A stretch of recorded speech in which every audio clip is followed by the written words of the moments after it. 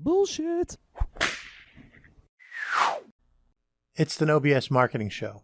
I'm Dave Mastovich, CEO and founder of Massolutions, the world's only no bullshit marketing agency. Today's episode, I want to talk about Jim Nantz. I recently heard an interview with Jim on the Finding Mastery podcast by Michael Gervais. A little background for those that maybe don't know who Jim Nantz is or barely know much about him. Jim Nantz is a broadcaster who does play-by-play for CBS Sports. Some of the major sports events have Jim Nantz telling the story. So when Michael Gervais of Finding Mastery podcast interviewed him, he asked him a number of questions about how he does what he does, what his background is, how he began, and some of the tips he might give on how he prepares and how he lives his life. I didn't expect it to be something I'd be doing a podcast episode about. I was listening while walking. Just wanted to hear that podcast, which I enjoy, and I'm going to eventually do an episode on the Finding Mastery podcast. But as Jim Nantz told his story, I found it so compelling that I thought I wanted to tell you. First, the background is Jim dreamed of being a broadcaster from the time he was a little kid. And he did what those of us who ended up doing storytelling did when we were young. He would practice announcing real and imaginary sporting events. I did the same thing. My family and neighbors could tell you some funny stories about a 10-year-old me throwing a rubber ball off a wall and pretending like that I was broadcasting the World Series or when I was shooting hoops or whatever. So years later, it's always good to know that someone like Jim Nantz did the same thing. It turned out when he was in college at the University of Houston, his roommate was Fred Couples, a golfer. They would pretend that they were doing an interview after Fred Couples won the Masters. Did this many times and even recorded it in their dorm room. It actually happened. Jim Nantz, at age 26, had progressed up through multiple stations, doing broadcasts of multiple sports, and was given the chance to broadcast an NCAA tournament game, and his role just continued to grow. And then he said one of the times where he wasn't sure he was going to be able to do his job was when he had to interview his former roommate and recreate what they had practiced and done for fun and what they had both dreamed about. He knew on the final day of the Masters that year that Fred Couples was going to win. And he knew he was going to have to interview him. And the story is so interesting because he talks about that being one of his toughest moments in his career. Because he was so emotional that he was afraid he might lose it while interviewing his friend. But he went back to the times that they would do it in the dorm room to pretend, and that actually calmed him down, and he was able to do it. That's one part of the story that's super interesting about Jim Nantz's story and his storytelling. But he's also a no BSer. And he made one point early in this interview where he said, before he goes to do things in the three areas that he gets to work, the NCAA tournament in basketball, the NFL, and the Masters. Early in his career, he said people would say to him, well, go have fun, do it, have fun. And he laughed and said, that's really not accurate. You're not going to go have fun when you're the announcer doing play-by-play of the Super Bowl and hundreds of millions of people are going to hear you. And if you make a mistake, know that you made a mistake. But he did say that there's a difference. He said, do it with joy. take joy in your job. If you have joy in what you do, that's more accurate. That's no BS. Whereas having fun is unrealistic in some settings. Let me explain. I have fun many days at Mass Solutions. Doing this podcast is fun. But there are times when I still have joy in my work, but I'm handling a crisis communications issue, like I had to this weekend for a client. Or when I'm doing a workshop in front of hundreds of CEOs. There's joy in doing that, but I wouldn't say it's the same as having fun.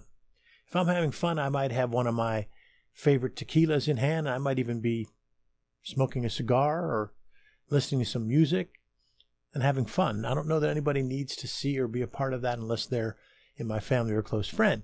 But when I'm at work, I want to have joy in what I do. So that part of what Jim Nantz said is something that I've talked about on this show and I've talked about throughout my life. But there's another part that he said.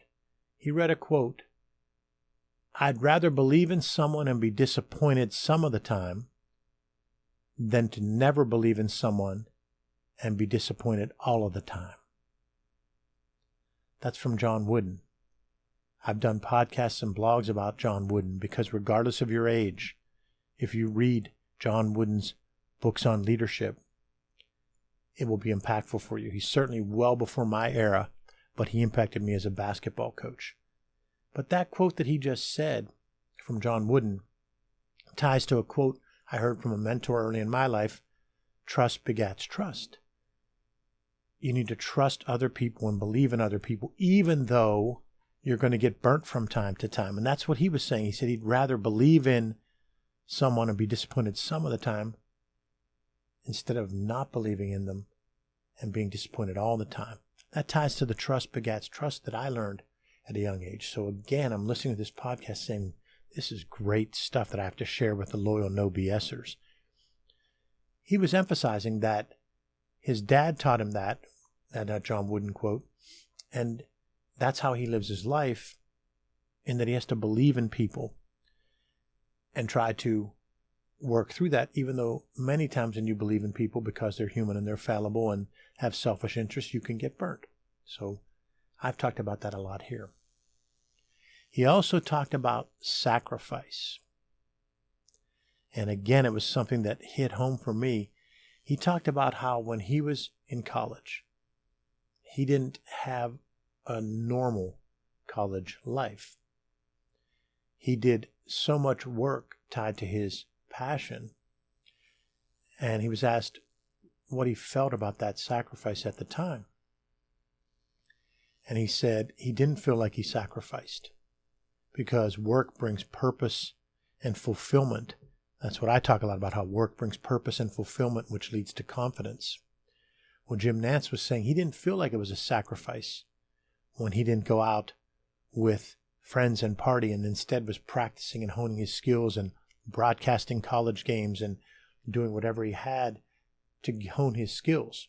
Early in my career, I did some of that. I sacrificed some and I didn't sacrifice some, but I didn't regret any of that. And I still was partaking in the partying, but I also did a lot of work on the broadcasting side, the writing side, the creative side, and the marketing side at a time when other people weren't doing that kind of work.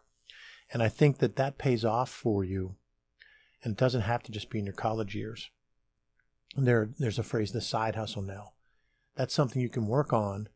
And if you're passionate about it, you do sacrifice, but it doesn't feel like sacrifice if you're honing your skills, if you're getting better at something that's going to help you throughout your life. And if you can make a little bit of money at it, that's great too. So on this episode of the No BS Marketing Show, I'm talking about an interview with Jim Nantz that I heard and the things that you've heard me say and the things that I can relate to. So I'm giving this emphasis about this person who is at the top of his field and has been for decades. And he said he gets to do 3 things he loves. He only wants to broadcast the top tier golf tournaments, the NCAA basketball tournaments, and the NFL. He didn't set out and write a script and say, these are the 3 things I'm going to do. He worked at it, got better in those areas, and eventually started doing those three things. He said there were many times early in his career, for probably the first 10, 15 years of his career, where he did other events, other sports. He looks back and says he wasn't as good at those. He wasn't as comfortable. I talked to you a lot about focusing on your passion and what is your unique ability. And this ties to some of the teachings of Dan Sullivan at Strategic Coach. But it's intuitive for all of us that we want to work on the things that we're good at, that drive us, that we're passionate about, and that are our unique ability. So he was using his unique ability, saying, I really want to work in these three areas, and he achieved it. Another area that the Jim Nantz interview, again, I had no intention of doing an episode on the Jim Nantz interview. I'm not even a super fan or anything like that. I always thought he was good. I always thought he had a good voice, and he was a excellent delivery and told anecdotes. But this story that I heard on the podcast just made me appreciate him even more, but also appreciate what I can bring to you. He has a daily planner, and he has used it for his entire life, and he can go back and look at what he was doing when and tracking things. I've done that my entire life, and it's a great way to plan your day, week, month, and quarter, and also be able to go back and look at what happened and reminisce, but also look at where you've gained, what all you've done and what you've grown. Now, not everybody's going to like that because we're all different in how we consume content, how we comprehend things, how we decide things, how we do our work. But I'm giving this example where he's someone that enjoyed that daily planner aspect. He also loves preparing for each broadcast. I often say that preparation and repetition bring confidence. Preparation and repetition bring confidence. Well, Jim Nantz prepares for every broadcast, and he said he might spend 8 to 10 to 15 hours prepping about the two teams, the coaches, the backstories, and so forth. And he said roughly 80 to 90% of what he prepares never hits the air. But he continually prepares all of that because he reads and reacts based on what's happening at the sporting event and decides when to interject what he prepared. I did a workshop today for some CEOs, and I told them, if you are living the true leveraging the power of storytelling, what you have are some core value type stories that you build and you can use when you read and react to particular situations. So you go into a meeting and you know you want to emphasize certain points, and you wait until you hear questions or needs that were brought up, and then you can tell your appropriate story to the right person at the right time. Well, Jim Nantz is doing the same thing when he prepares for these broadcasts that many of us see, because most of us catch the Super Bowl.